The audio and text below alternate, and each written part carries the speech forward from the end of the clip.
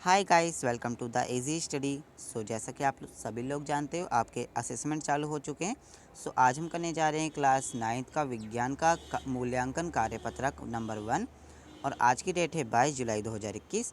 आज के इस वर्कशीट में यानी कि आज के इस मूल्यांकन कार्यपत्रक में हमें टोटल 10 क्वेश्चन दिए हैं जो कि MCQs बेस्ड हैं। ठीक है, ऑब्जेक्टिव क्वेश्चन है जिसमें हमें यहाँ पर मार्क करना होगा। यहाँ पर गोले दिख रहे होंगे आपको, यहाँ पर गोले दिख रहे हैं, इनमें हमें पेंसिल या पेंसिल से हमें भरना है। ठीक है, तो चलिए देखते हैं। इस सभी के क्वेश्चन आंसर्स बहुत इजी हैं।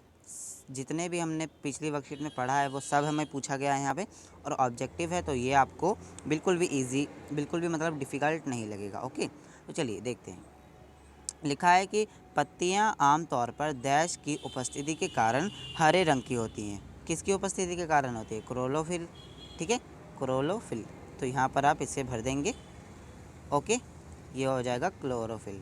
इसके बाद इसमें से कौन सा रंध्र का कार्य नहीं है? रंध्र मिट्टी से प्रकाश न हो, मिट्टी से पानी का अवशोषण, ये सब तो नहीं करता है। रंध्र सीधा सीधा हम यहाँ कर लेंगे प्रकाश संश्लेषण। ठीक है, रंध्र का काम होता है प्रकाश संश्लेषण। ओके, चलो।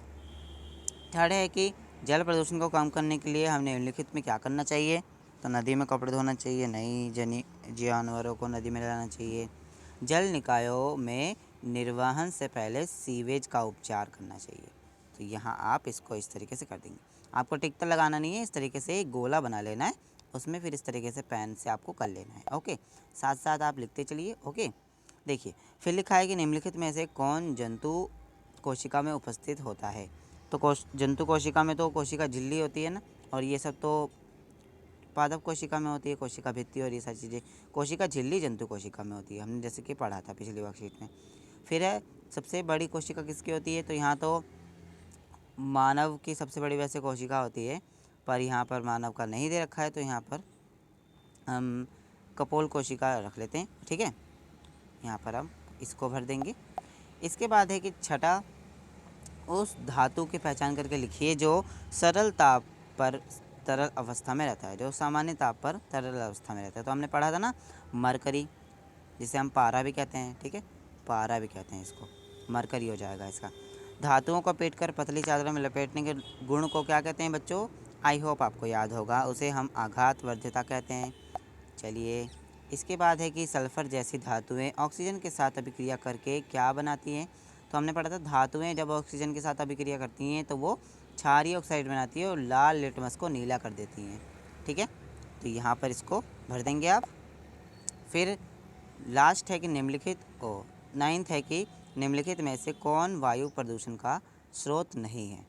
तो वृक्षारोपण यानी कि वृक्ष लगाना वायु प्रदूषण का स्रोत नहीं है, और ये सारे क्या हैं? वायु प्रदूषण फैलाते हैं। ओके, तो आप इसको भर देंगे।